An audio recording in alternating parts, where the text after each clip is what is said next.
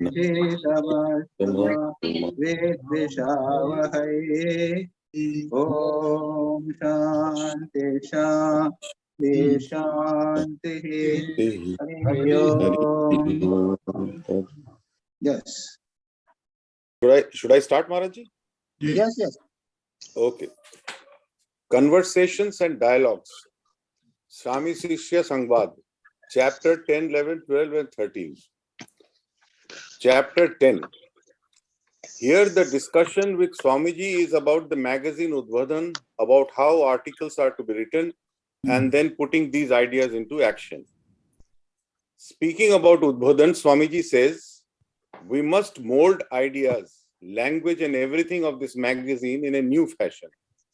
Not only must we give Sri Ramakrishna's ideas, but also introduce a new vigor to the Bengali language by restricting verbs and using more of adjectives.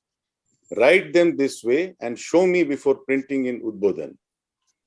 The disciple remarks, it is impossible for any other man to labor in this manner as Sri Swami Trigunatityananda is doing.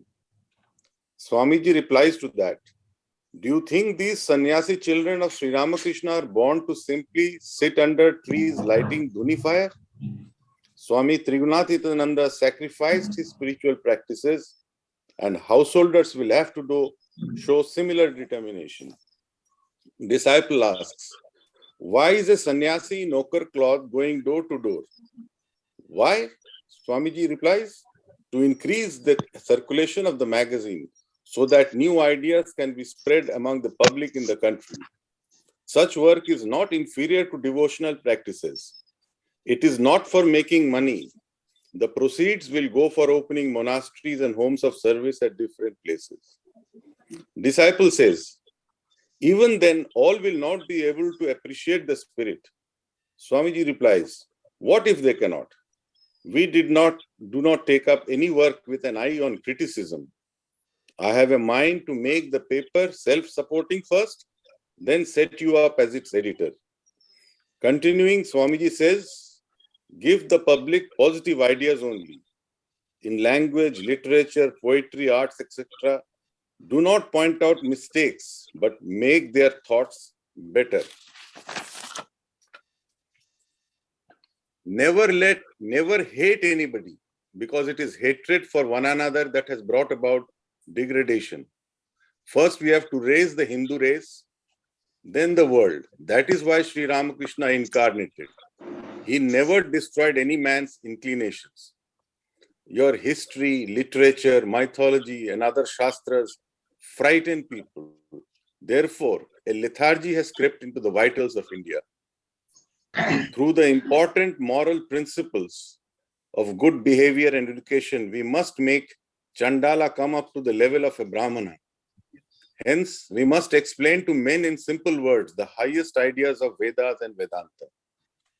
Lastly, in this chapter, he says, also you must learn to make the physique strong and teach the same to others.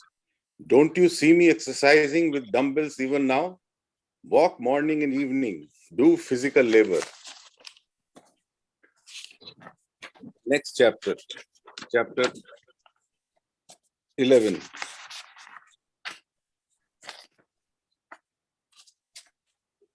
In this chapter, Swamiji comes down heavily on the priestly class, also how the disciple keeps raising objections and questions, and Swamiji removes his doubts.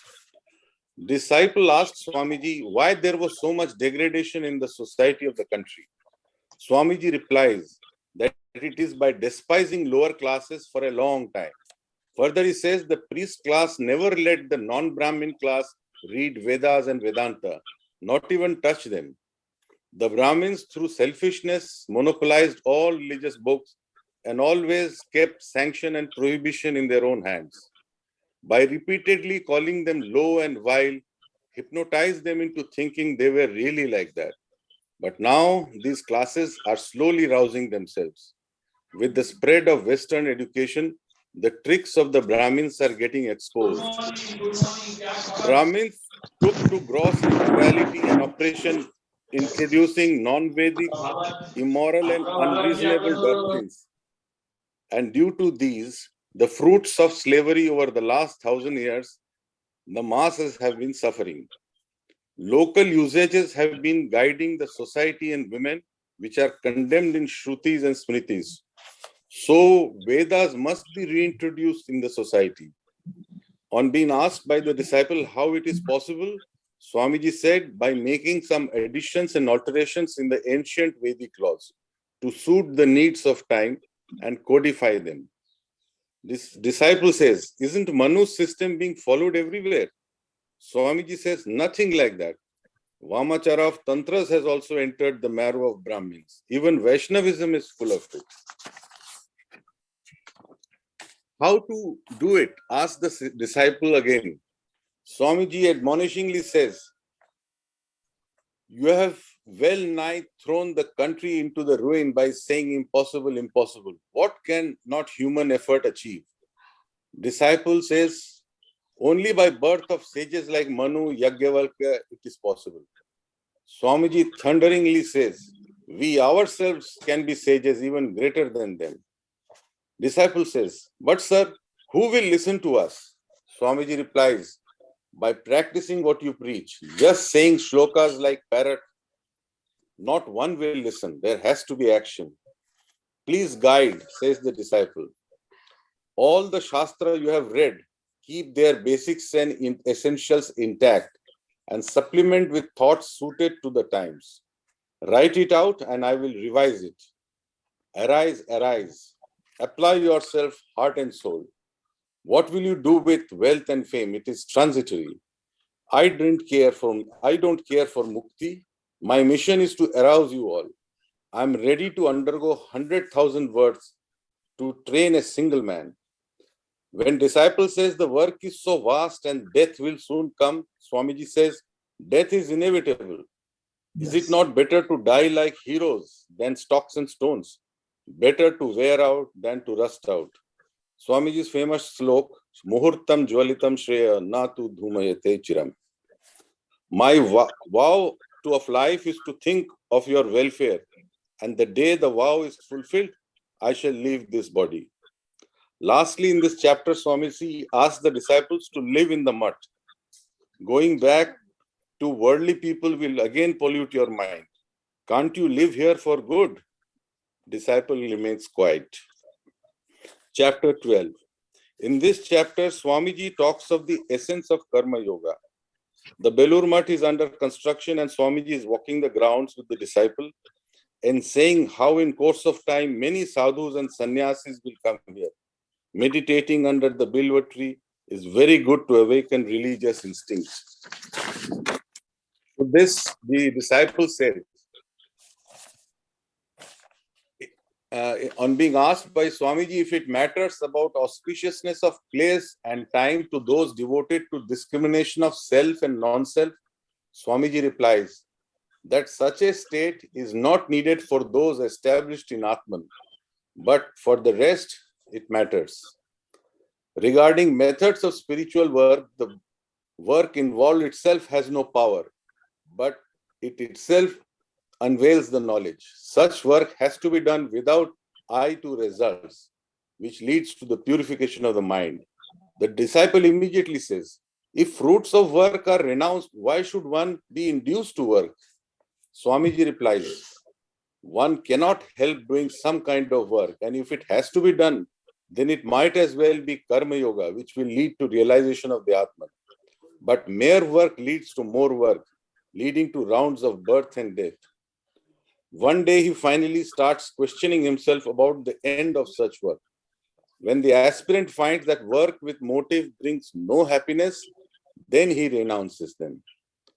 The disciple compares a knower of Brahmin with a lunatic because he works without any more motive. But Swamiji negates that, saying such a worker works for the welfare of others. Bahujan hitai, bahujan sukhai. He does not take a false step. Rishinam pura dhyanam vachanam artha anudhavati. The words of the ancient rishis have always some meaning. They are never false. Eating and other functions are done out of necessity. and body function consciousness gets very much attenuated. Disciple then asks Swamiji, why are his words so calculated to awaken rajas and activity? Swamiji says, by going around the world, he sees this country immersed in tamas. Outside, there is only a simulation of sattva, but inside, absolutely inert. People of the West show so much enterprise and devotion to work. Here, there is no strength of body, no enthusiasm, no originality. Therefore, you should go from village to village and arouse them with the fearless message of arise away. Through Western science, find new avenues of production of food and clothing. Therefore, I teach the people of this country to be full of activities so as to be able to produce food and clothing for themselves. Throw aside your scriptures in the Ganga and teach the people first the means of procuring food and clothing. Then only you will find time to read the scriptures. If their material wants are not removed by rousing of intense activity, none will listen to words of spirituality. Therefore, first rouse the inherent power of Atman within you. Then rousing the faith in the general people with the power as much as you can. While saying these words, a mingled expression of remorse, sorrow, and compassion and power shone on his face. Chapter 13. This chapter is about the mutt rules for brahmacharis, etc. Swamiji says, householders must not lie on the beds of sadhus. The worldly smell of householders cannot be borne by the sannyasins. The brahmacharis have to be kept in barriers of strict rules, giving up meeting of opposite sex and even married people. Those who are devoid of continence and run after money will never appreciate ideals of the mutt. The sannyasins are not those of the old days, ash besmeared, matted hair, iron tongs in hand, curing diseases by medicinal tidbits. And so worldly people will not be able to appreciate the new sannyasins. Sometimes we lecture, sometimes chant God's name, and sometimes immersed in meditation. This is our life. The tidal wave of Western civilization is rushing over the length and breadth of the country. So we cannot just sit and meditate. Now is required intense karma yoga. That's also Maharajji. Pranam Maharaj. Very good, very good. Okay. बहुत बढ़िया अच्छा, बहुत अच्छा, very good. Questions. Now questions में Devashish Saha has said that at 10 o'clock he has to go. Yes. उसको पहले ले ले मैं. Yes, बिल्कुल. Thank you Maharaj ji, thank you. तुम्हारे thank you Maharaj ji. thank you Maharaj. 5 minute में हो जाएंगे तुम्हारे क्वेश्चन. उसके बाद में 10 बजे तक रहना है. Don't go away. हाँ महाराज जी, मैं तो पूरा रहने का चिंता करता हूँ. तो ठीक है. I start. Question number 1, page 173. The Brahmins, in fact, gradually took a course of gross immorality and oppression.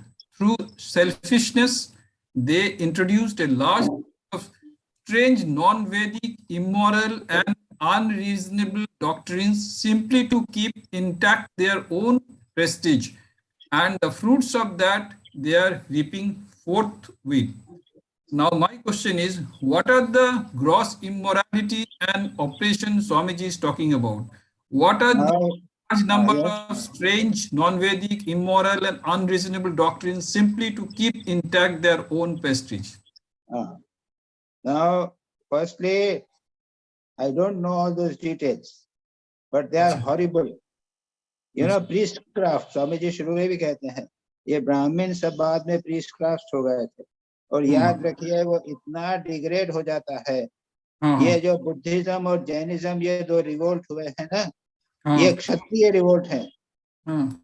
और ये उसके ब्राह्मणिज्म के भारत में जो उस समय ब्राह्मणिज्म फैला था, उससे जो अनाचार हुआ था भारत का, इतनी बर्बादी हुई थी भारत की, यानी मोरल बर्बादी और एथिकल बर्बादी जो हुई थी, व्यभिचार इत्यादि फैले थे, ये ब्राह्मणों के कारण हुआ था. वो पांडवों के कारण ऐसा करना पड़ेगा, ऐसा करना पड़ेगा. वो यानी हत्या भी कर देते थे और व्यभिचार करते थे धर्म के नाम पे। ओहो, उसके कारण बुद्धिज्म और जैनिज्म जैसे दो महान रिवोल्ट हुए, हम्म, याद रखिए। तो ओहो, इसलिए वो क्या थे उसके भीतर में जाएंगे, क्या नहीं थे ये समझ लो। अच्छा, हाँ, इतनी भयानक स्थिति थी। अच्छा, लोग ऐसे पंडे के पास जाते हैं, हमारी पूजा करा दो, ये करा दो, तो इतने रुपये लेगा, वो करेगा और उसको इधर उधर ले जाएगा और महिलाओं को फंसा देगा, क्या क्या सब करते थे, मैंने खुद सुना है। हाँ महाराज जी, तो ओके, इसको छोड़ दो। हाँ, सेकंड में आ जाओ। second question Maharaj ji, page 178. Those who are established in the knowledge of the Atman have no need for such discrimination, but that state is not attained offhand. It comes as the result of long practice. Therefore, in the beginning, one has to take the help of external aids and learn to stand on one's own legs. Later on, when one is established in the knowledge of the Atman, there is no more need for any external aid. My question is, what are the external aids required to realize the Atman? तो सब बिल्कुल clear है आपके वेदांत में। हाँ, साधन चतुष्टय, अच्छा, शम दम, अब मन का कंट्रोल, शरीर का कंट्रोल, उपरति, शम दम उपरति, संसार से अलग होना, तितिक्षा यानी सहन शक्ति, श्रद्धा, भगवान में श्रद्धा, गुरु में श्रद्धा, शास्त्र में श्रद्धा, और समाधान मन की एकाग्रता, विवेक, वैराग्य और मुमुक्षुत्व, भगवान को जानने की इच्छा, विवेक और वैराग्य, ये साधन चतुष्टय है। ये बाहरी, these are called external means, English translation में हुआ है। ये बहिरंग जो व्यवस्था है ये एक्सटर्नल मीन्स है। और उसी ऐसा ही व्यक्ति जब आत्म तत्व का ज्ञान करता है तो परमात्मा तत्व को जानता है, वो आत्म स्वरूप को जानता है। Yes Maharaj ji, Is that okay? हाँ हाँ जी Maharaj ji, thank you Maharaj ji, thank you. Okay, चलो, ऋतु घोष है, ऋतु अभी है, ऋतु आ जाओ। तो बहुत दिनों में से तुम मिस कर रही हो। Last time also we missed your question. प्रणाम महाराज। पहला मेरा इस बार का प्रश्न है, on the outside from the text, on the outside there is a stimulation of the sattvic calm and balanced state, but inside downright inertness like that of stock and stones. This is from the text. Now my question is, often it is seen that people of very calm and quiet nature, at the same time they are also very slow at work. Is it a sign of sattvic or tamas? And on the contrary to it, people of very active nature with reasonable calmness of mind. So how can we find as them from outer behavior? Now, how can we judge them from outer behavior? Now, I don't like this question of judging others. Ji. How do you judge yourself? Yes, correct. Are you calm outside and under restless and dull inside? ऊपर से तो तुम लगती हो शांत दिखाई देते हो, लेकिन कमरे में जाते ही नींद आ जाती है, तब समझ लो कि ये है तमोगुण, ये सत्वगुण नहीं है। और अंदर से तो रेस्टलेस है, छटपट कर रहा है मन, और बाहर से हम शांत हैं, ये भी रजोगुण है, सत्वगुण नहीं है। जज yourself is a bad feeling, यानी trying to find out people कैसे हैं, लोग कैसे हैं, लोग कैसे हैं, ये नहीं करो भाई। अपने आप को जज करो, देखोगे अपने में बहुत सारी बुराइयां हैं, तो तब लगेगा अरे बाप रे, मैं दूसरों को जज क्यों करता हूँ, मेरे को दूसरों के जजमेंट नहीं करनी चाहिए। This is a very important point, याद रखो जी। यानी दोष खुद के देखो, दूसरे के नहीं दोष देखो। कुछ है तो नहीं, हमारे रामकृष्ण मिशन के जो ब्रह्मचर्य के मंत्र होते हैं ना, ब्रह्मचर्य दीक्षा जो होती है, तो उसमें एक ये है कि पर दोष दर्शन छोड़कर मैं अपने स्वयं के दोष देखूं। जी ये नहीं, उसका मैं मंत्र है। हाँ, जी बोलो। मैं दूसरे का दोष देखने के लिए नहीं, अपने को जज करने के लिए हाँ कि कैसे वो कैसे है, मैं कैसी हूँ, तो फर्क मैं अपने को जानती हूँ। तो हाँ, इसलिए मैं पूछ रही थी नहीं कि तुम ध्यान रखो डिफरेंस। कि ऐसा नहीं होवे कि मैं अपने को समझूं कि मैं शांत हूँ लेकिन मैं बिल्कुल डल हूँ, ऐसा नहीं होवे। जी और कभी जी ऐसा भी नहीं हो कि शांत बाहर से तो शांत है, मन अत्यंत चंचल हो, तो जी रजोगुण और तमोगुण भरा हुआ है, अपने को सत्वगुणी मत समझना। हम्म ठीक है। जी जी। हाँ, अच्छा, मेरा लास्ट टाइम का प्रश्न है। हाँ क्वेश्चन ले लो, ठीक है। हाँ, फर्स्ट है, one fails to attain realization if there be a slight defect in the body. And what is the defect of this body? Question is, what is the defect of the body? ऐसा है, मेरे को मिला नहीं, अभी मैंने देखा भी नहीं है, लेकिन ठाकुर ने वचनामृत, अगर वचनामृत नहीं, ठाकुर के उपदेश जो है, वो क्या जी है किताब उसकी, वो क्या है, स्वामी जी ठाकुर की किताब है, अ, अचानक नाम याद नहीं आ रहा है मेरे को, जो भी हो, तो उनके ठाकुर के उपदेशों को कलेक्ट किया गया है, और जी उसमें एक जगह ठाकुर ने बहुत सारे शरीर के दोषों का वर्णन किया। ठाकुर अच्छा बहुत फिजियोग्नोमी जो है ना, फिजियोग्नोमी जिसे बोलते हैं, जी उसमें बहुत एक्सपर्ट है। तो बोल रहे थे कि जो ऐसा व्यक्ति है वो टेढ़ा बैठता है, जो उसका घुटने कैसे है, उसका वो ये वो, है ना, हाँ कोहनी निकली हुई हो, इस प्रकार अच्छा के ठाकुर बहुत सारे जानते थे। जानते वो थे। इतना एक लिस्ट बना के भेज सकते थे। तो कोई भारी एक महाराज defect की कथामृत वजह से- में भी है। वही तो मैंने हाँ, कहा, कुछ कथामृत कुछ में है, भी है। कुछ हाँ, तो टेढ़ा अनेक बहुत हाँ, आंख जो कथामृत। टेढ़े होते हैं, हाँ, हाथ टेढ़ा भारी आंख, हो, हाँ, हाथ भारी या हल्का। हाँ हाथ हाँ, भारी, हाँ ठाकुर उसका हाथ को वो हमेशा खुद तोलते थे। तो जी ये डिफेक्ट शरीर में होते हैं, ठाकुर देखते थे ध्यान से। जी।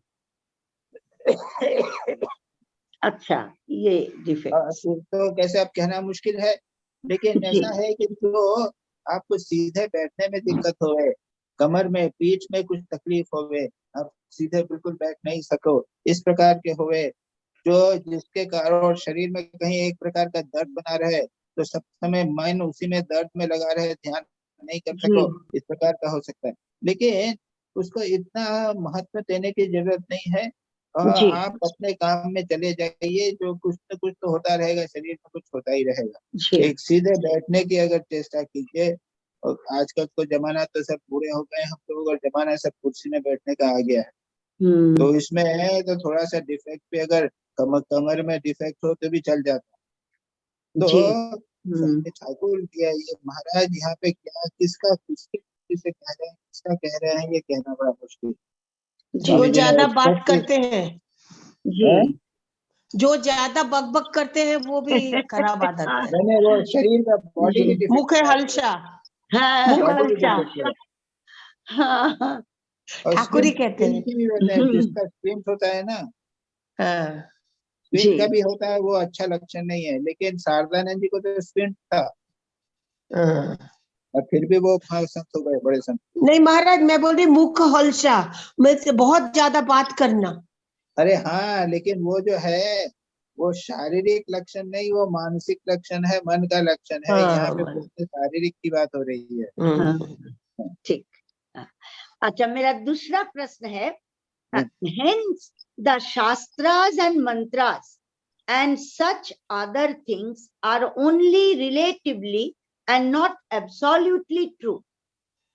Middle of so my question is, though we know that all these are the means to reach him, but the mantras, if performed very carefully, become true.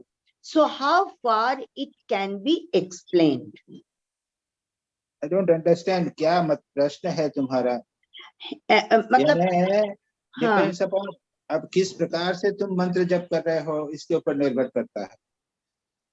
किस अगर प्रकार पूरी से मतलब?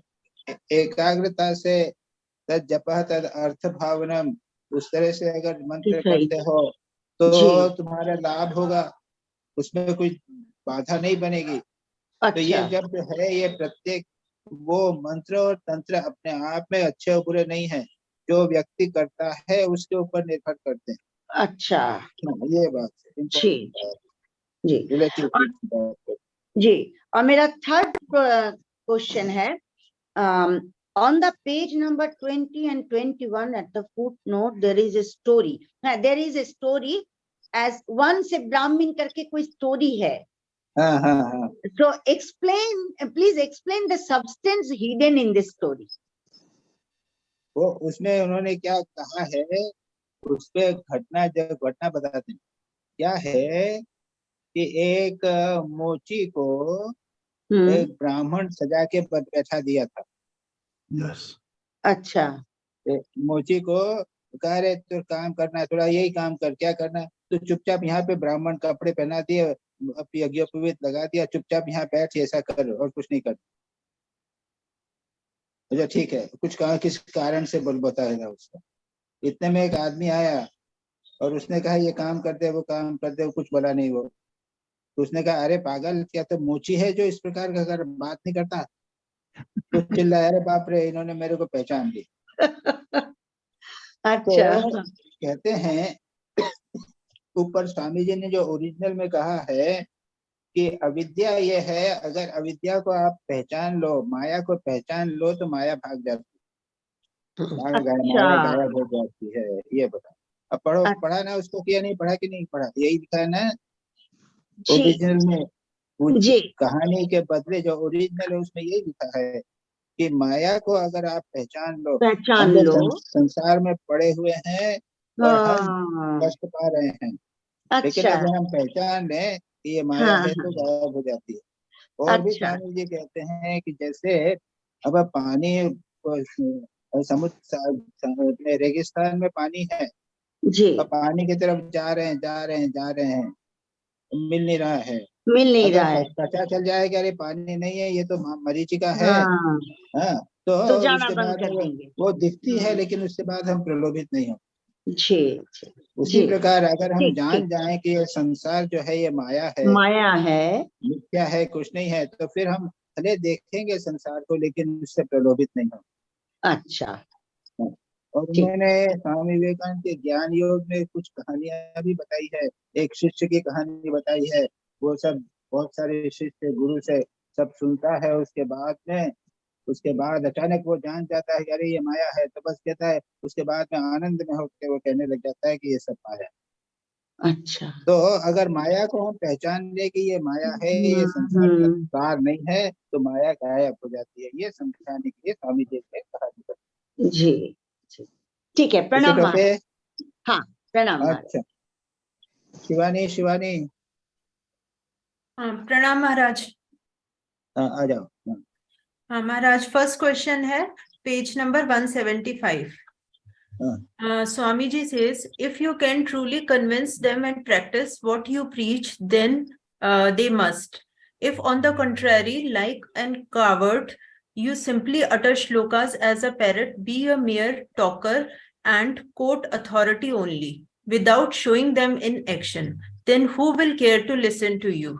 So here my question is, like many advertisements are here nowadays on social media, although they are also not using those products or practicing whatever they are saying, but still people are following blindly.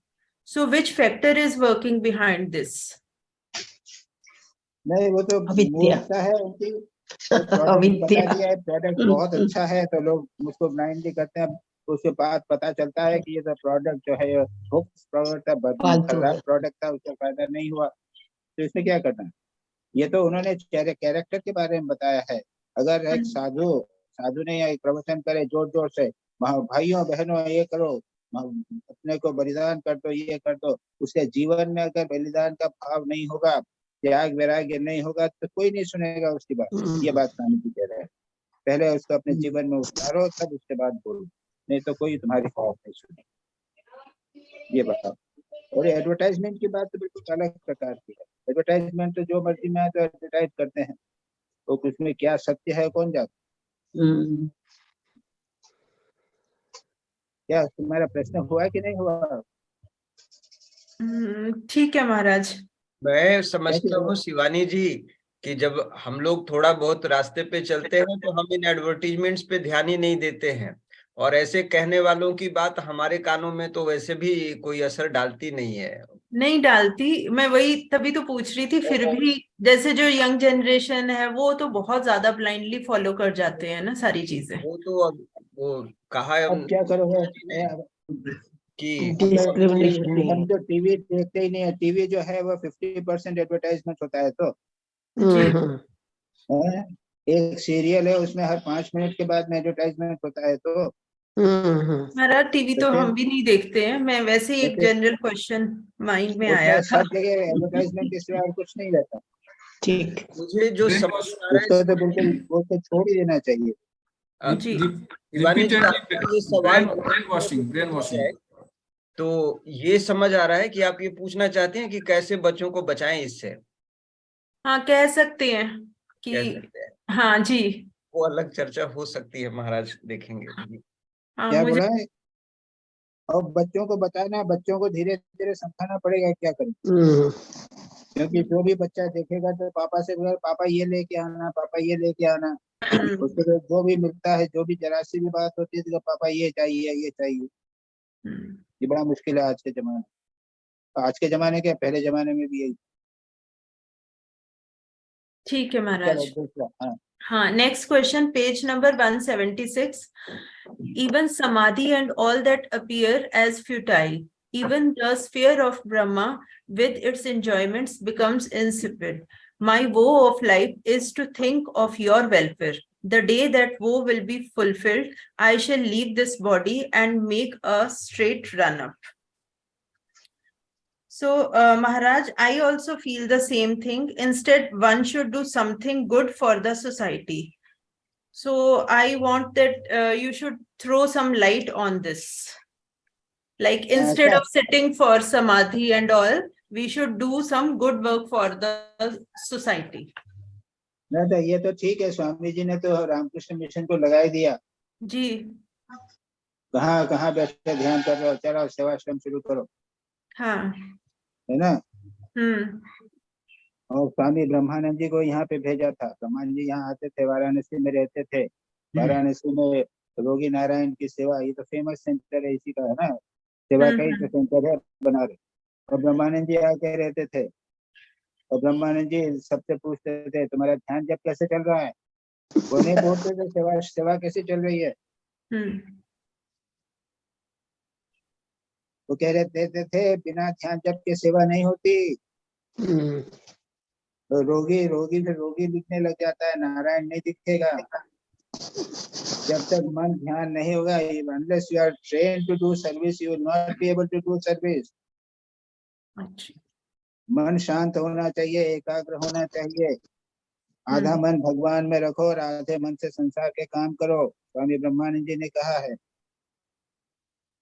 Ramakrishna mission Sevashram में, उधर अद्वैत आश्रम में वो 10 बार आके केवल इसलिए सेवा तो करना ही है। कोई there is no question about against it. Everyone has to do. लेकिन उसके साथ ध्यान भी करना है, very important. ठीक है महाराज जी 15 साल पहले कभी मैं जब चंडीगढ़ आया था आपसे मिलने, तो आपको मैंने बिल्कुल यही सवाल किया था कि I feel like doing something social service, इस तरह की चीजें। तो आपने मुझे कहा था उस टाइम कि डोंट वरी, तुम अपने ध्यान जप में लगे रहो। जब तुम्हारे सामने कोई काम आया, कोई किसी ने हेल्प मांगी, तो अब तुम बढ़ के करो। रामकृष्ण मिशन भी काम ढूंढता नहीं है, उनके पास काम खुद ब खुद आता है। Something like that you had told me, that you don't have to. Whatever it is, work and worship बहुत दोनों एक साथ चलने चाहिए। आत्मनो मोक्षार्थम जगत हिताय च, ये हम लोगों का आदर्श है। हाँ, वो काम खुद ब खुद आ जाता है। आपने यही कहा, किसी को हेल्प करना हो तो तुम्हें मौका खुद ही मिलेगा। ठीक है। Maharaj, next question, page number 180. When the mind is merged in the Atman by the suppression of all modifications, it produces a dispassion for the enjoyment of fruits of work, here or hereafter.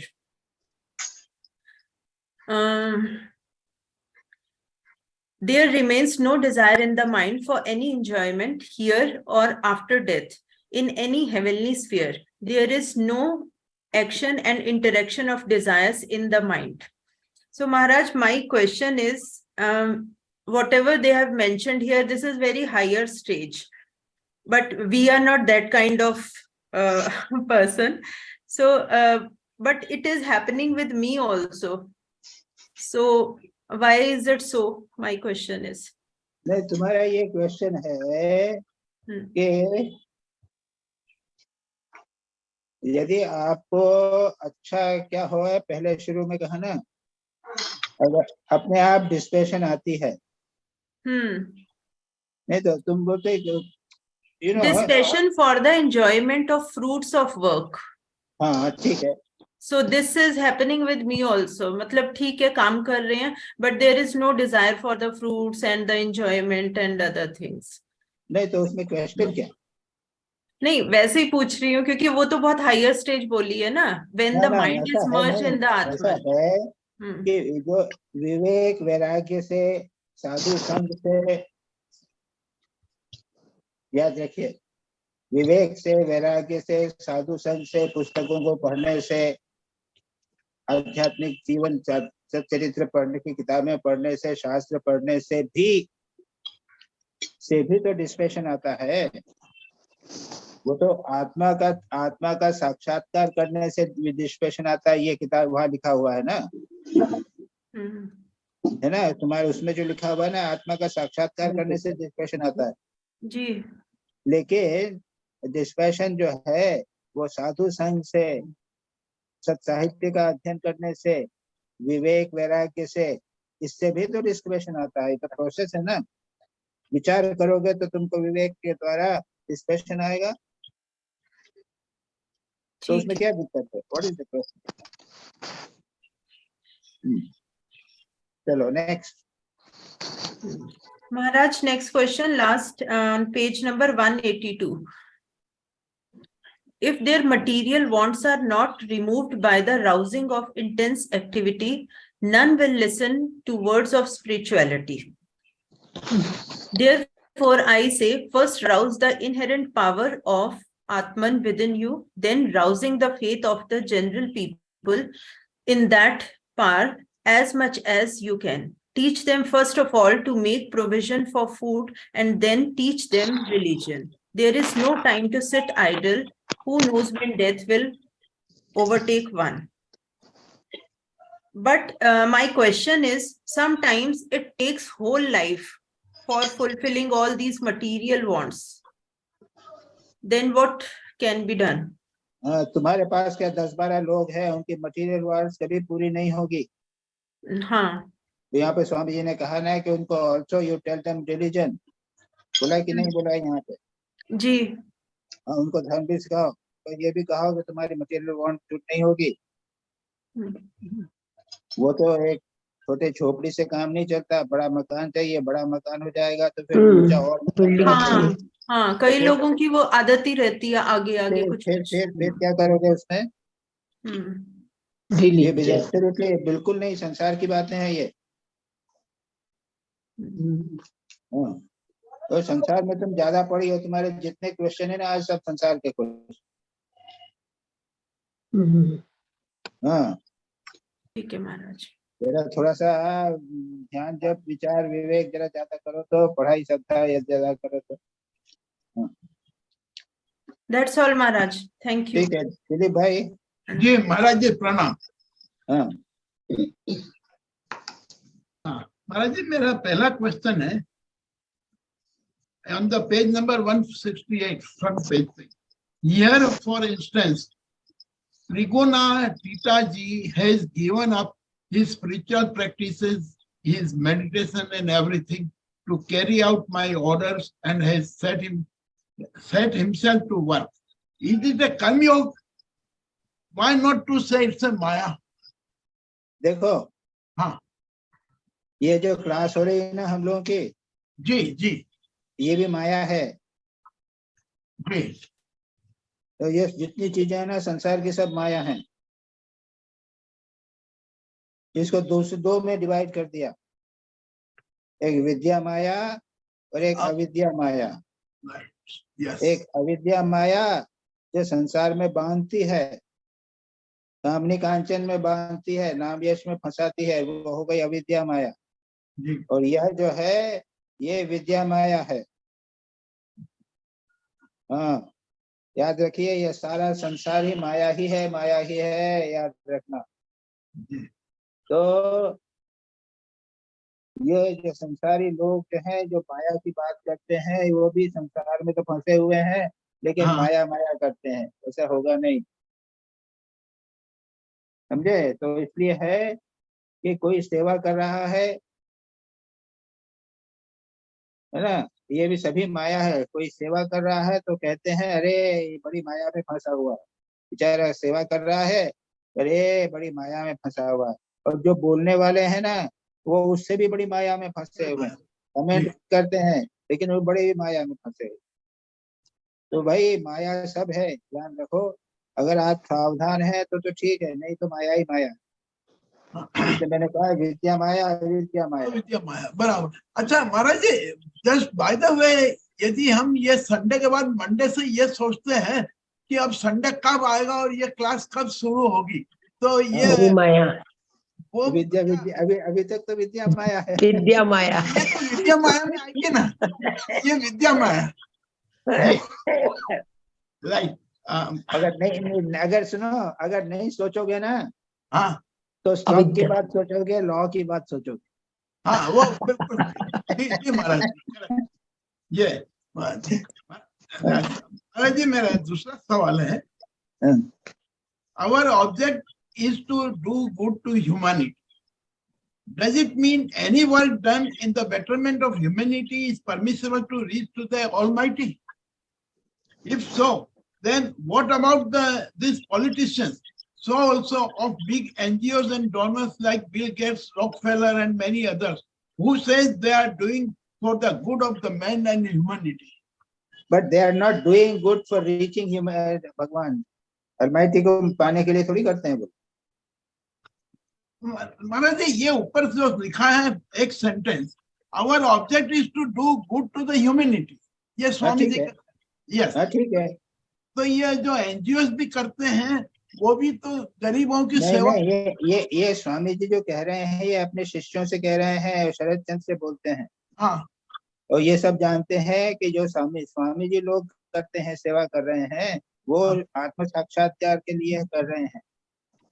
लेकिन Bill Gates जो करता है और Rockefeller जो करते हैं ना, ये नाम यश के लिए करते हैं, और कोई पैसा जो है ना वो जरा अकाउंट्स के लिए करते हैं कि भाई यहाँ इंडिया में जो है ना, तो बिरला वगैरह जो करते हैं ना, तो वो दिखाने के लिए करते हैं ना कि इतना पैसा हमने किया, नहीं तो ये टैक्स कटेगा ना।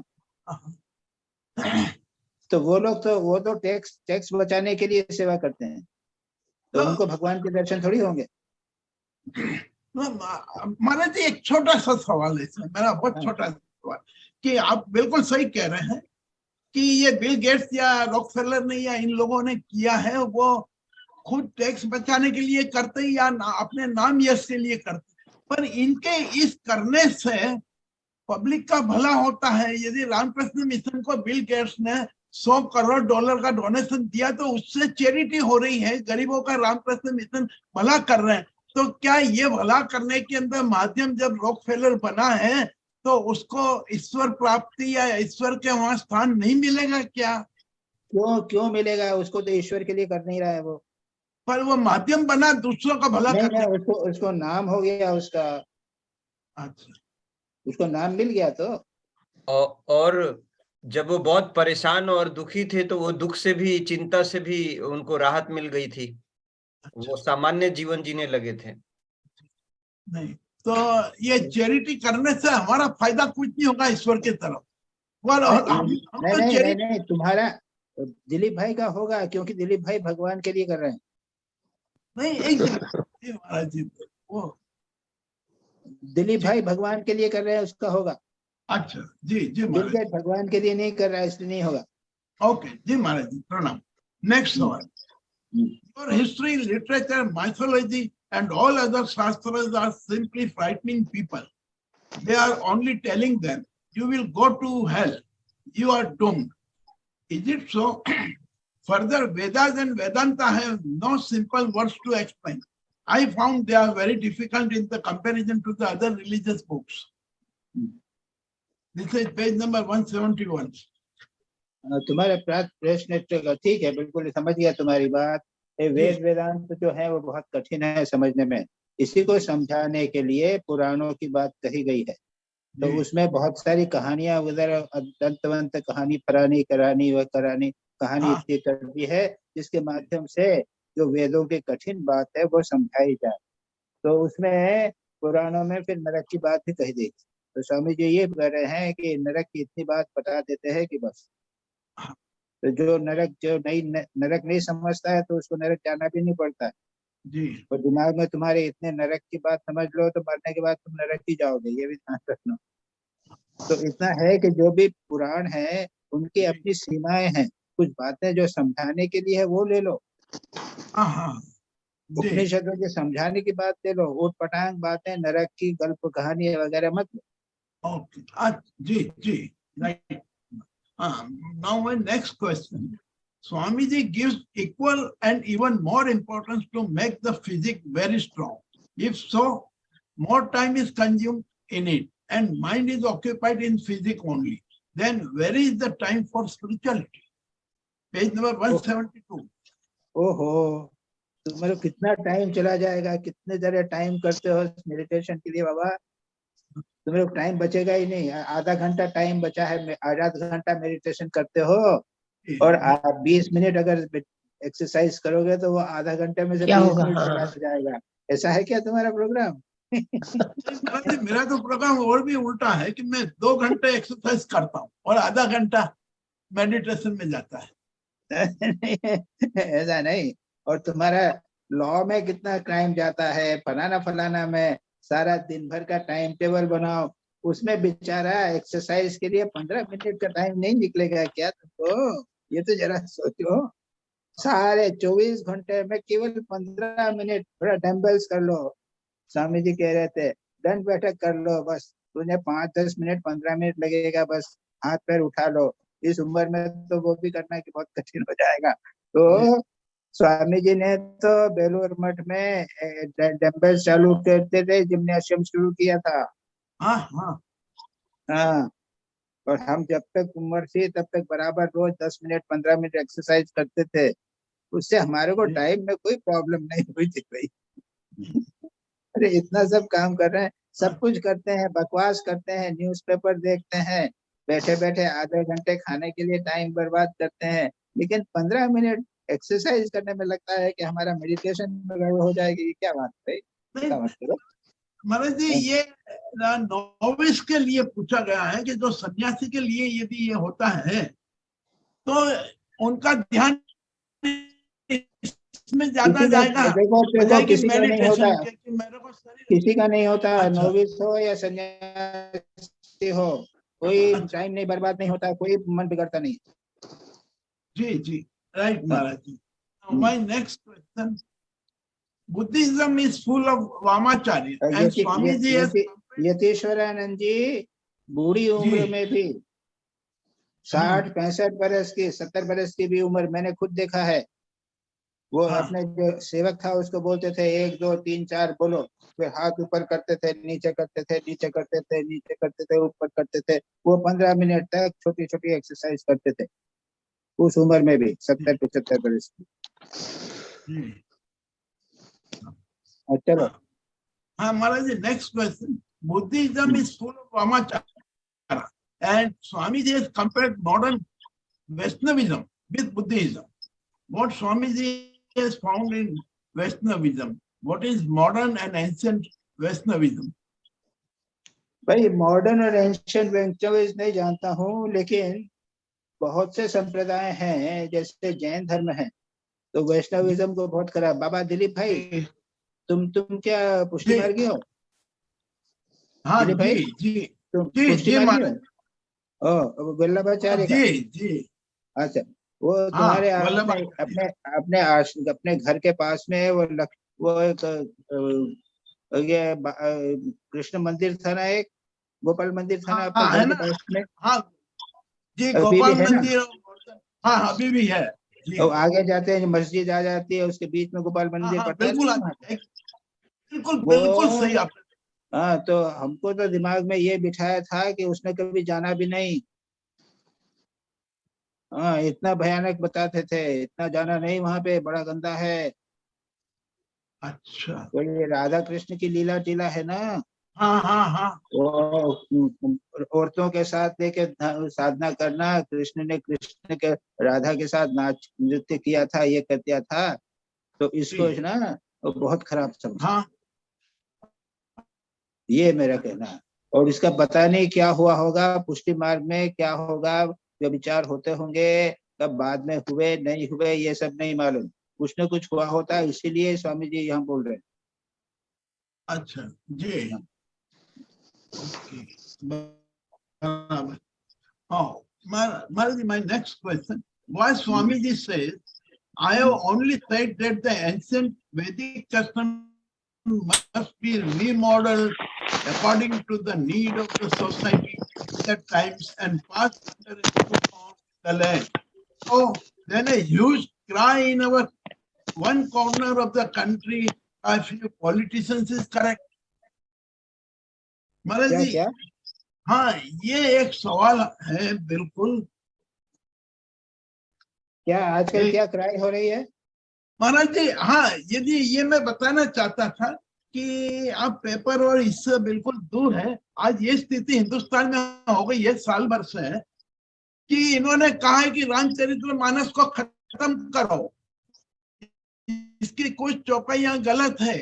एक दूसरा व्यक्ति कह रहा है कि ये रामायण पूरा खत्म करो, डिस्ट्रॉय करो, और उसके लिए यूपी नॉट यूपी बिहार के अंदर बहुत ज्यादा एजिटेशन शुरू हो गया है, बहुत ज्यादा अच्छा। एजिटेशन। और उनका ये भी कहना है, एंड वेरी रिसेंटली 2 दिन पहले आरएसएस के सबसे बड़े लीडर जो मोहन भागवत है, उन्होंने भी कहा ये धीरे से कि कुछ चौपाइयों को रीमॉडल और रीसेप करना आवश्यक हो गया है। ये स्वामी जी भी यहाँ यही कह रहे हैं। व्हाट इज क्या कह रहे हैं स्वामी जी, क्या कह रहे हैं? मैं ये बता रहा हूँ, फिर से पढ़ रहा हूँ। हाँ, I have only said that the ancient Vedic society, Vedic custom must be remodeled according to the need of the society and the times and passed under a new form in the land. ये स्वामी जी ने कहा है page 1, और उसी के अंदर आखिर में लिखा है just write out a smriti like that, I shall revise it. I shall revise it. अच्छा अच्छा, हाँ ये पेज 175 का हाँ समझ गया समझ गया समझ गया। तो भाई ऐसा है ना कि ये पुराणों इत्यादि में जो है रामचरितमानस है या अध्यात्म रामायण है या जो भी है, कुछ तो कुछ बातें हो सकती है वो एक जमाने में लिखी हुई थी, उस जमाने के अनुसार लिखी हुई थी। अब जमाना जो है वो बदलता जाता है, ये इसमें कोई बात नहीं। यस अब कोई स्मृति, नई स्मृति बड़ा मुश्किल है, वो उन्होंने स्वामी जी ने बोला होगा, कौन लिखेगा क्या करेगा, जमाना तो इतनी तेजी से बदल रहा है कि भाई इस स्मृति के अंदर तुमको बताना पड़ेगा कि मोबाइल फोन कब यूज करना कब नहीं करना, हमेशा जेब में रखना या हाथ में रखना, ये सब जमाना ऐसा भयानक आ गया, समझे ना। तो ऐसे में क्या किसको मान के चलना, इसमें कोई शक नहीं, तुम्हारा प्रश्न बड़ा समीचीन है, किसको मान के चलना क्या ठीक है, ये बड़ा मुश्किल। महाराज जी एक आरएसएस का कहना और स्वामी जी के कहने में फर्क है ना महाराज जी? अब वो तो ठीक है, स्वामी जी जनरल वे में कही है, आरएसएस दूसरे प्रकार से कहेगा और मुसलमान लोग दूसरे प्रकार से कहेंगे। मुसलमान तो अपना पक्का जो है जो लिखा है वो चाहे कभी भी जन्म सारा संसार बदल जाए तो भी जो उसमें लिखा हुआ उसको नहीं बदल। तो उनके यहाँ तो एक बार स्मृति लिखी गई है तो हमेशा के लिए स्मृति लिख गई है, अब क्या करोगे भाई? महाराज जी, मेरा एक छोटा सवाल सिर्फ ये था कि चूंकि स्वामी जी के पास फोरसाइट बहुत बड़ी थी और उन्होंने फोरसाइट से ही काम किया है, तो क्या उन्होंने भी ये सोचा था कि आने वाले दिनों के अंदर ये स्मृति और बाकी जो है ये वो उन्होंने डेफिनेटली सबको उन्होंने भी सोचा था रीशेप कि करने की बदलने। आवश्यकता हो सकती है? हाँ, वो डेफिनेटली स्वामी जी ने कहा था, हाँ, जी। कि समय बदलेगा और उसके अनुसार तुम्हें काम करना पड़ेगा, पुराने हाँ। जमाने की बात नहीं चल सकेगी। स्वामी जी ने खुद कहा, अच्छा, बिल्कुल डेफिनेटली कहा। जी। और अच्छा, एक आखिरी सवाल अब उसमें ये कह सकते हो जैसे उन्होंने कहा था कि भाई वो मंदिर में पूजा जमाना बदल गया, अब वो शिव ज्ञान से जीव सेवा करो। जी जी जी, वो तो हाँ, बराबर। मंदिर में पूजा नहीं करो, रोगी नारायण की सेवा करो, ये उन्होंने एक नई चीज बताई, तो कि हाँ। देश काल पात्र के अनुसार नई चीज बताई। जी। माने जी, यदि आपने जैसे ये कहा कि स्वामी जी ने ये बताया है, तो यदि लोग सिर्फ ये सेवा ही करेंगे मनुष्य की, तो स्थिति ये रहेगी कि हम हमारे बच्चों को कभी भी धर्म के बारे में संस्कार दे ही नहीं पाए। अरे ये स्वामी जी को पढ़ो ना, उसमें सब दोनों बातें अभी डिस्कस हो चुकी है। स्वामी जी खुद कहते हैं लोगों की सेवा भी करो और उनको धर्म के बारे में बताओ, अभी डिस्कस हो चुका है। ओके महाराज जी, मेरा आखिरी है, हाँ। Page 178, Shankara says, in our knowledge of Brahman, there cannot be the least touch of the word. What is the meaning of this?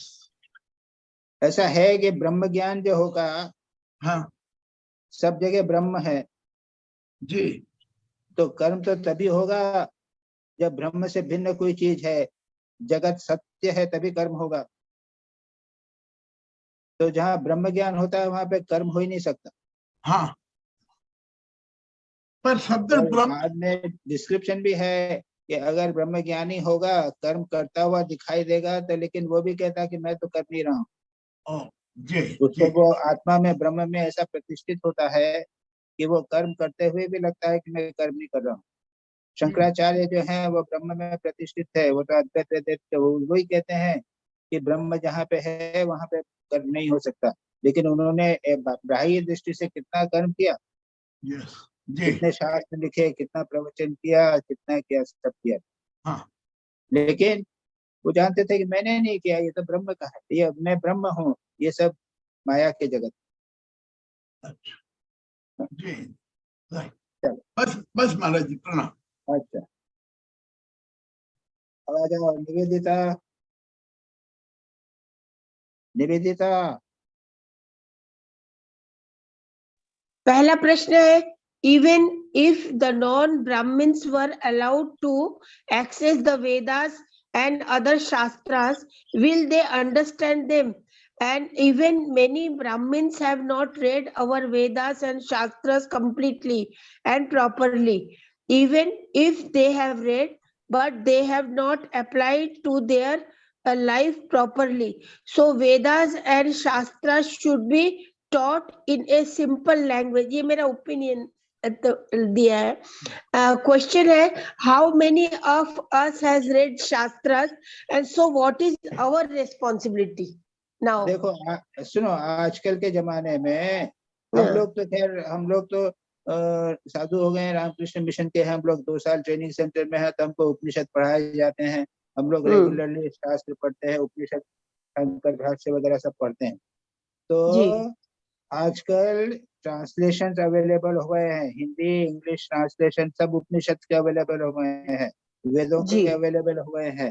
अगर कोई समझाने वाला तुमको मिल जावे तो उनसे पढ़ लो, सीख लो, कोई दिक्कत नहीं है। हाँ, उपनिषद पढ़ो ना, ईशाई उपनिषद, कठोपनिषद, मुंडक उपनिषद, श्वेताश्वतर उपनिषद, छांदोग्य उपनिषद, तैत्तिरीय उपनिषद, ये सब पढ़ो, तो जितना समझ में आ जाए उतना समझ में आ जाएगा, कुछ चीजें समझ में नहीं आएगी। और कोई अगर पढ़ाने वाला समझाने वाला मिल जाए तो बहुत बढ़िया। पर कॉमन लोगों को इतना इंटरेस्ट भी नहीं है महाराज। हाँ, तो छोड़ो, इसीलिए तो कहा, क्यों भी चिंता करते हो। हाँ, वो क्या है कि पुराणों में और रामायण महाभारत इत्यादि में इनकी बातें थोड़ी थोड़ी करके सब दी गई। ये पुराण, ये उपनिषद नहीं पढ़ सकते, इन लोगों को इंटरेस्ट नहीं है, इसलिए ये पुराण बना दिए गए हैं। रामायण महाभारत और जितने सब पुराण है, विष्णु पुराण है, शिव संहिता, शिव पुराण इत्यादि सब बने। जी। दूसरा प्रश्न तो आंसर हो गया है। तीसरा है, वाई स्वामी जी है is speaking of 10-fold samskaras and purifying ceremonies enjoined by the shastras, are they still applicable to our society? अब मालूम नहीं है भाई, ब्राह्मणों के लिए है जो है ना, कि वो क्या है कि वो गर्भाधान से शुरू होता है ना। जी। तो गर्भाधान, उसके बाद में जन्म, अन्नप्राशन, यज्ञोपवीत, शिक्षारंभ, विवाह, ऐसा जितने जितने है ना, ये 10 संस्कार वगैरह होते हैं। तो जो त्रैवर्णिक है ना, ब्राह्मण है, क्षत्रिय है और वैश्य है, ऐसा कहा जाता है कि भाई इनको करना चाहिए। अब नहीं करे तब क्या करेंगे, समाज बदल गया है, कौन करता है, कौन जानते ही नहीं कि हम कोई, अरे यही नहीं जानते हैं कि हम कौन हैं। जी, ये प्रॉब्लम। हाँ, पूरा नॉलेज मतलब क्लियरली नहीं है। नहीं, स्वामी जी चाहते थे कि भाई ये संस्कार बने रहना चाहिए। अगर तुम ब्राह्मण हो तो इस प्रकार के संस्कार होने चाहिए, अगर तुम क्षत्रिय हो तो तुम्हारे ये संस्कार 10 संस्कार होने चाहिए। स्वामी जी चाहते थे, और सच पूछा जाए तो उन्होंने रिचुअली इसको शुरू भी किया था। बेलूर मठ में एक बार रिचुअल हुआ था, रिचुअल करके उन्होंने सबको, बहुत सारे लोगों को यज्ञोपवीत दिया। हाँ, ये है, हमने पढ़ा था। हाँ, बस अब क्या मालूम बाबा, क्या हो रहा है क्या नहीं हो रहा है, अब करना मुश्किल।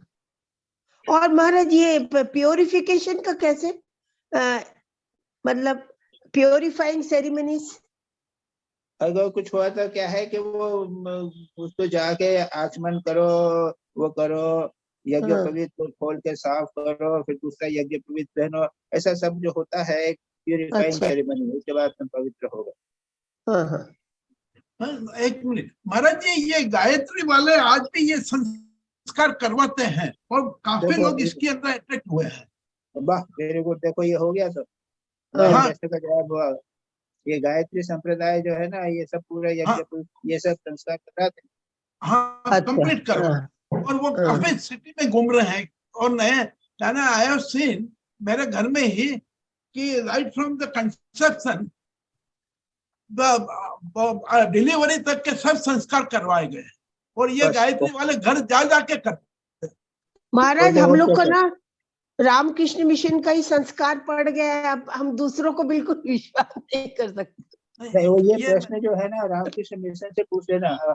ऐसा है ना कि हमारे यहाँ तो मंत्र दीक्षा हो जाती है ना। हाँ जी, ये एक प्रकार की चीज हो जाती है, बहुत इम्पोर्टेंट। हाँ, चौथा प्रश्न है मेरा, व्हाट इज वैदिक कल्प, गृह्य एंड श्रौत? श्रौत ये जो है ना, ये स्मृतियां हैं, विभिन्न प्रकार की स्मृतियां हैं। अच्छा, कल्प, श्रौत, गृह्य, ये अलग अलग प्रकार के जो अपने जो ये स्मृतियां हैं, अलग अलग प्रकार के शास्त्रों के नाम हैं। अच्छा, स्मृतियों के नाम में फलाना फलाना का वर्णन होगा, क्रियाओं कांडों का, क्रियाओं का वर्णन इत्यादि होगा, ये सब है बाबा, आपको नहीं मालूम। अच्छा, लास्ट प्रश्न है महाराज, डू द निष्काम कर्म और कर्म योगा अलोन कैन गिव मुक्ति और आत्मज्ञान? तो जिससे चित्त शुद्धि होगी, चित्त शुद्धि हो गया, यही पूछा। हाँ, चित्त शुद्धि होगी, लेकिन आत्मज्ञान डायरेक्टली नहीं होगा। नहीं होगा, हाँ। जी, बस यानी ऐसा है ना कि अगर चित्त शुद्धि हो जावे तो ब्रह्मज्ञानी सब त्याग देता है, सब अपने आप छूट जाता है, लेकिन चित्त ब्रह्म ज्ञान होना चाहिए, गुरु से अगर मंत्र प्राप्त हो जावे तो हो जाए। अच्छा, ठीक है। सतीश। हाँ, प्रणाम महाराज। महाराज, फर्स्ट क्वेश्चन। हाँ बोलो, शुरू करो। हाँ बोलो। Maharaj, the disciple, I heard his name was Sarth Chakrabarti. Did he really wrote a commentary on our ancient scriptures as he was told to do so by Swamiji? जहां तक What मुझे happened याद है whether कुछ नहीं he किया became a उसने। sannyasi or household? Swami ji ने तो बहुत सारी बातें उसे कही थी, उसने कुछ नहीं किया। वो हाउस होल्डर रहा हमेशा, वो गृहस्थ था। लेकिन उसने कई कमेटियां बनाई, कुछ आश्रमों को बनाया, आश्रमों को हेल्प करते थे। इस प्रकार से वो एज ए गृहस्थ होके काफी एक्टिव, इतना मैं। और उन्होंने कमेंट्री भी लिखी महाराज कोई उन्होंने? नहीं, कमेंट्री वगैरह नहीं, जहां तक मुझे याद है, पूछा मैंने अभी, तो उनकी कोई कमेंट्री हम लोगों को मालूम भी नहीं। ठीक। कमेंट्री करते भी तो बंगाली में करते, संस्कृत में तो करते नहीं। महाराज, हाँ हाँ, अरे मैं हूँ, शरद चंद्र चक्रवर्ती एक रामकृष्ण देव का अष्टोत्तर नाम लिखा है उन्होंने। अष्टोत्तर नाम? अच्छा अच्छा, very good, okay, thank you. Bengali में, नॉट इन संस्कृत। ओह, बंगाली में, अच्छा। हाँ हाँ जी। जी महाराज। हाँ। But second question, the doctrine of Purva Mimamsa of work producing results may not be applicable if knowledge or freedom is the goal. Maharaj, my question is, does it hold good if attainment of another higher goal of life, such as happiness, samadhi or welfare of others is the motive behind the work?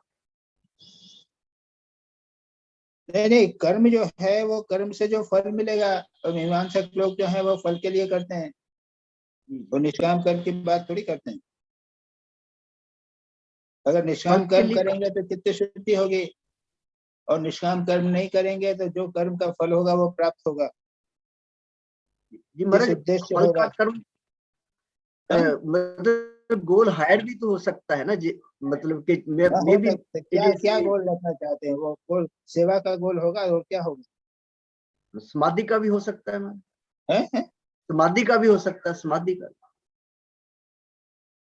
का कहाँ हो सकता है, उसमें क्या? वो तो कर्म योग, समाधि तो योग में होता है, योग में तो मन को एकाग्र करने की बात होती है। जी जी जी जी महाराज। मेरा नेक्स्ट क्वेश्चन महाराज इसी से रिलेटेड है। Therefore, when the aspirant finds that the work with motive brings no happiness, he takes up some unselfish work. Maharaj, does unselfish work brings happiness? करके देखो। ठीक है महाराज, करके देखो। अनसेल्फिश हम भगवान को, रोगी नारायण को भगवान देख के काम करते हैं तो हमको आनंद तो होता है। रोगी नारायण जब ठीक हो जाता है तो प्रसन्नता होती कि नहीं होती? तो अनसेल्फिश वर्क से तो सिर्फ हैप्पीनेस होगी। Work with motive does not bring happiness. वो क्या बॉन्डेज लाता है हैप्पीनेस में? अरे रुपया कमाने के लिए तुमने पैसा किया, काम किया, उससे पैसा मिला तो तुमको हैप्पीनेस तो मिलेगी, लेकिन बंधन होता है। जी जी Maharaj, happiness with bondage. Last question Maharaj, Swami ji कहते हैं पेज 180 पर, the Lord has created this wonderful world remaining always in the realm of super consciousness. Therefore, there is nothing imperfect in the world. महाराज ये समझाइए, is this world perfect? Swami ji ने ये, मैंने देखा, इसको पढ़ा फिर से, तो भगवान ने बनाया है, भगवान की दृष्टि से परफेक्ट है, हमारी दृष्टि से ये इम्परफेक्ट जगत है। स्वामी विवेकानंद खुद एक बार कहते हैं कि मैं इधर भगवान होता तो इससे अच्छी सृष्टि करता, ये भगवान ने कैसी सृष्टि की है, उन्होंने ये भी कहा है। तो अगर भगवान को परफेक्ट माने तो इसको सृष्टि को परफेक्ट मानना होगा, और बड़ा मुश्किल है ये। अगर हम परफेक्ट हो जावे, हमारी दृष्टि परफेक्ट हो जावे, हम अगर सचमुच यदि ब्रह्मज्ञानी हो जाए तो हमको लगेगा कि जगत बिल्कुल ठीक चल रहा है, जगत को जैसा चलना था वैसा ठीक चल रहा है, बिल्कुल ठीक चल रहा है। अगर हम ऐसी परफेक्ट स्थिति में आ जाएंगे तो हमको ऐसा ही लगेगा। जी महाराज, जी महाराज, उस पॉइंट ऑफ व्यू से परफेक्ट। हाँ, एक मिनट बंद करूंगे। जी महाराज, ठीक, प्रणाम महाराज। अच्छा भाई, ठीक है, वेरी गुड। अब कौन है? मजूमदार, सुबीर। प्रणाम महाराज जी। हाँ, महाराज जी, मेरे 3 सवाल थे, उसमें से 2 सवाल के तो जवाब ऑलरेडी हो गए। क्योंकि अच्छा। पहला सवाल था जहां स्वामी जी से history, literature, mythology and other shastra are frightening people, what does he mean? तो आपने अच्छी तरह समझा दिया कि वो पुराण की बात है और वो पुराण से की कई चीजें ऐसी हैं जिससे लोगों को शिक्षा भी मिलती थी, और लेकिन जब वो नरक की बात करते थे, उसमें आ जाती थी, तो वो भयानक हो जाती थी। इसलिए उन्होंने ये बात कही थी। आपने ये अच्छी तरह समझा दिया था महाराज। और मेरा दूसरा सवाल था व्हाट आर वामाचारास, वो भी आपने देवाशीष शाह के सवाल में आपने समझा दिया। तो मेरे 2 सवाल के जवाब तो आ गए। तो my only third question is on page 178 there is a discussion on auspiciousness of place and time between Swamiji and disciple. I can understand auspiciousness of place as it relates to purity, but is auspiciousness of time relevant in today's times? क्यों नहीं? संध्या का समय सुबह early morning ध्यान के लिए अच्छा है। संध्या जब गोधूली का समय हो गया, सूर्यास्त हुआ ही था, उसके बाद करना ध्यान अच्छा होता है। अच्छा। तो हाँ, माघ महीना बोलते हैं, माघ महीना अच्छा है। माघ में मेला होता है, माघी पूर्णिमा मानते हैं। ये प्रकृति को जी जी जी जी, हाँ हाँ, तो फिर ठीक है ठीक है ठीक है। अच्छा, हाँ, गर्मी के दिनों लेकिन में वो नहीं, कुछ माघ महीना ठीक है, गर्मी के दिनों में नहीं हो सकेगा, बहुत ठंड में नहीं हो सकेगा। तो ये टाइम के ऊपर निर्भर करता है। जी जी जी, और वो ओके। 4 महीने जो होते हैं जिसमें ज्यादा मूवमेंट नहीं करना चाहिए हाँ हाँ, महाराज। आप चतुर्मास वो इसलिए है कि भाई चतुर्मास, उसमें उसमें जो है वो हाँ, प्राणी लोग उगते कीड़े रहते हैं। तो कीड़े ये सब मकोड़े, तो हाँ अच्छा है ना। जी जी, ठीक है हो ठीक गया? है। हाँ हाँ, महाराज आजकल ये यात्रा करने में तो हम इतना सोच विचार हाँ के हम लोग नहीं करते यात्रा हैं। में, अरे यात्रा, हाँ यात्रा में, आजकल किस चीज का विचार करते हो? हाँ, है, और ये कुछ तो विचार संभव भी करते नहीं है। रहना चाहिए। तो फिर महाराज जी, आजकल यात्रा तो तब होती है जब टिकट मिलती है, हाँ, टिकट मिलता है, तब ये मुहूर्त बराबर नहीं है। रहता। हाँ, इसीलिए तो स्वामी जी ने कहा है कि नई स्मृति लिखना चाहिए, है? जिसमें टिकट और मोबाइल हो, सबका अरेंजमेंट हो। महाराज जी, हमें याद है कि हमें बचपन में कहा जाता था कि अमावस्या के सामने जर्नी नहीं करना चाहिए, शुक्रवार को नहीं जाना चाहिए, 11 को ये नहीं करना चाहिए। अब यदि একটা কোন মাসে জানি কোন तो মাসে জানি उस ट्रैवल दिन करना जिस दिन आदमी हाँ बोले। बीमार होता है। चलो, मुहूर्त that's all Maharaj ji, Rita, that's all.